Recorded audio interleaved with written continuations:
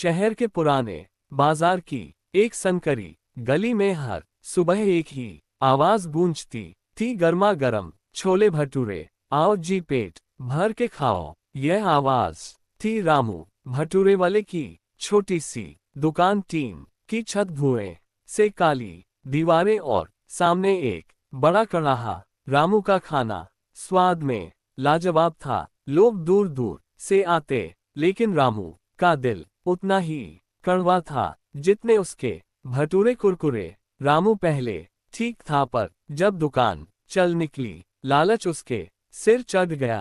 पहले एक प्लेट में 4 भटूरे देता था, अब 3 छोले में। पहले दाल ज्यादा होती थी, अब पानी ज्यादा। ग्राहक कुछ कहते तो वह हंसकर बोलता, महंगाई देख रहे हो बाबू, समझो। पर सच्चाई ये थी कि रामू रोज हिसाब जोड़ता और खुश होता। आज फिर 100 रुपये ज्यादा। एक दिन एक नंगे पांव बच्चा दुकान के पास खड़ा था, उसकी आंखें भटूरों पर टिकी थीं। उसने धीरे से कहा, काका आधी प्लेट मिल जाएगी। रामू ने घूर कर देखा, पैसे है। बच्चे ने मुट्ठी खोली, कुछ सिक्के। रामू हंसा, इसमें तो प्लेट भी नहीं आएगी, भाग यहाँ से। बच्चा चुपचाप चला गया। पास खड़े लोगों को बुरा लगा, लेकिन कोई कुछ न बोला। शाम को एक बूढ़ी औरत आए, हाथ कांप रहे थे। बेटा थोड़ा सा बचा हुआ दे दो,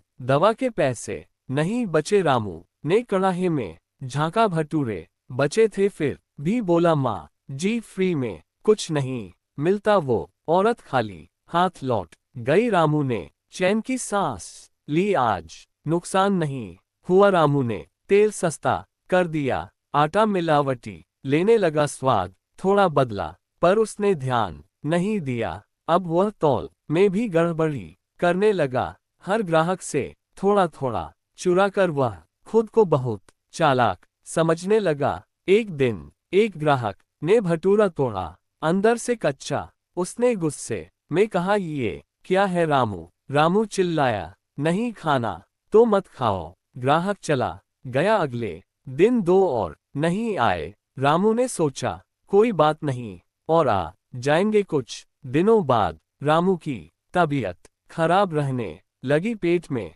दर्द, हाथ कांपना। डॉक्टर ने कहा, तुम खुद भी वही घटिया तेल खाते हो जो बेचते हो। दवा महंगी थी। रामू ने पहली बार पैसे गिनते हुए डर महसूस किया। धीरे धीरे लोग कम होने लगे। नई दुकान खुल गई थी, ईमानदार छोले वाला, ठीक दाम, पूरा खाना। रामू की दुकान पर अब सिर्फ मक्खियां और पुरानी बदबू रह गई। वही कड़ाहा, वही आवाज, पर सुनने वाला कोई नहीं। एक शाम वही गरीब बच्चा फिर आया। इस बार उसके हाथ में एक प्लेट थी नई दुकान की। वह बोला, काका वहां पूरा पेट भर जाता है।